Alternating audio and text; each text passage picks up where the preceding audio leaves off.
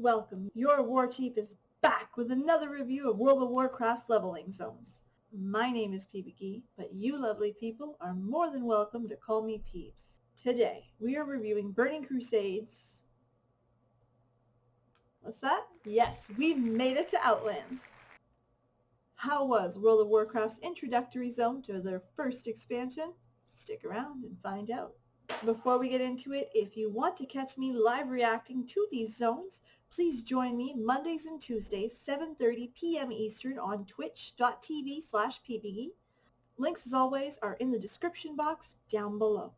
If you like me, hit that subscribe button.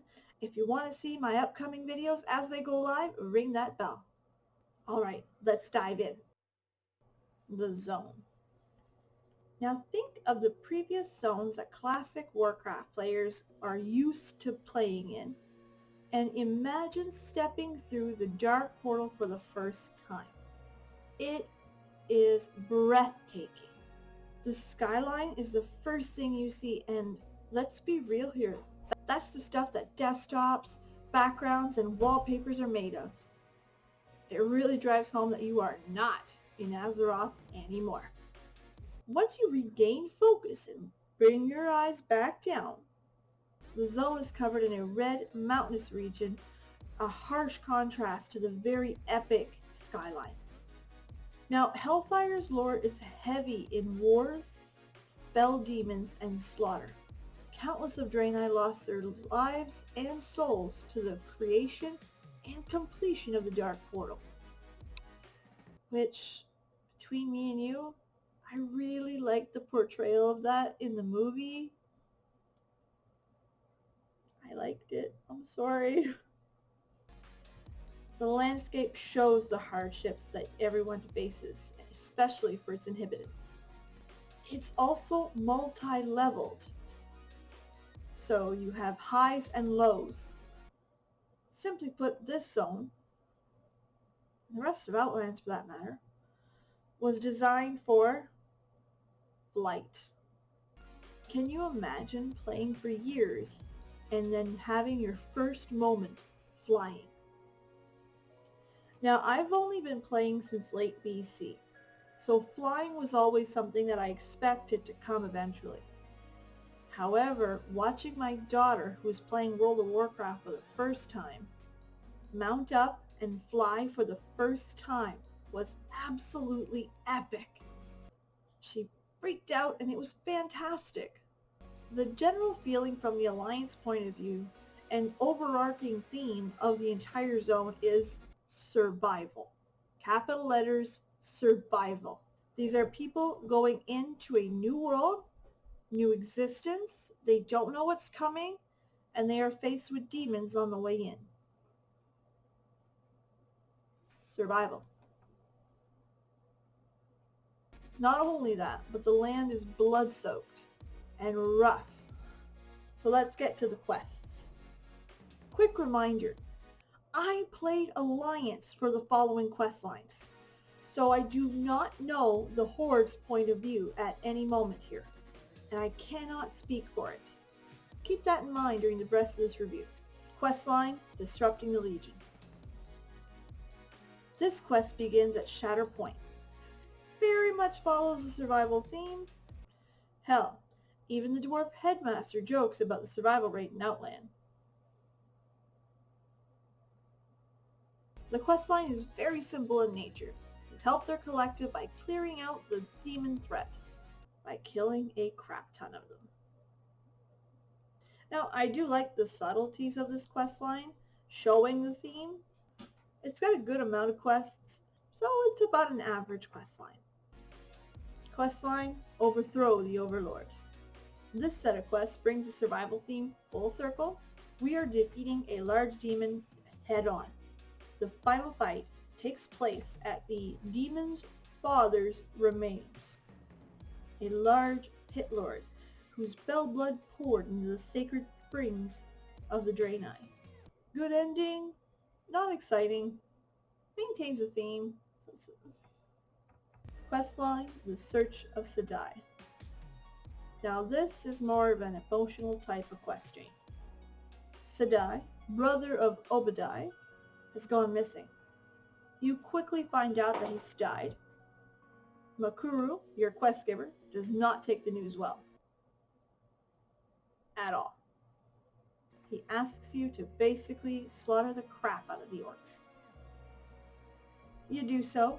Obadiah steps in. He's furious. He tells you that it is not the way that his brother would have wanted this. That he fought for peace. Eventually you seek out the leader of Talamat to find out what really happened to Sadai. Sadly, Sadai tried to make peace with the orcs, and it didn't work. He eventually and unceremoniously got backstabbed by an unwilling to make peace orc. Makuru was right, and it sucks. This is a quest where you were hoping for the best. You were hoping he died by accident. Not the case. Did kind of suck. On an emotional side, which makes a quest line good. That's what you want. You want them emotional moments. You want them emotional feelings to it. It sucked, but it was great. Questline, The Exorcism of Colonel Jules. Now this is a silly questline. Colonel Jules is sick, not doing so well. So the Draenei priest nearby wants you to get a prayer book, some prayer beads. Prayer book is a simple grab and go kind of quest. The prayer beads take a little work. You need to follow a little doggy and find out where he buried them. So you have a little fun finding it. And then you go into a full-blown The Exorcist exorcism. Yep. It's an easy, cute little quest line with a real good change of pace to the gloomy Honor Old. Which, side note, Honor Old is a very difficult place for us francophones to pronounce. A silent and a spoken H in a row, that's just cruel. Questline, Drill the Drill Master. This is a very short series of quests dealing with the threats of the Red or Mag'har orcs. Still maintaining the same theme, this questline is a giant orc slaughterfest. You eventually kill the big bad, but realistically, this quest had very little storyline to back it up. You were just killing the big red things that were in your way. Definitely a missed opportunity that could have been so much more. Questline, Green but not orcs. Disclaimer, I freaking love the goblin quests. This goblin hates Outland, and he is not having it. First, he comes here for financial gain, of course. Now he's lost his comrades, he's lost his machine, he's lost his machine keys. He's just having a rough go. But you, kind adventurer, are going to help him. Most of these quests are easy and fun, but one of these quests.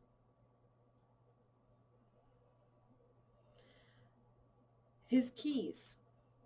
He lost his keys. His demon dog swallowed them. So to retrieve his keys from his demon dog, you need to feed the demon dog and then dig through his doo-doo. The entire quest sits on the survival theme, but spins it in a hilarious way, much to the goblin fashion. I love this guy. I love these quests. I'm here for it. Give me more. More.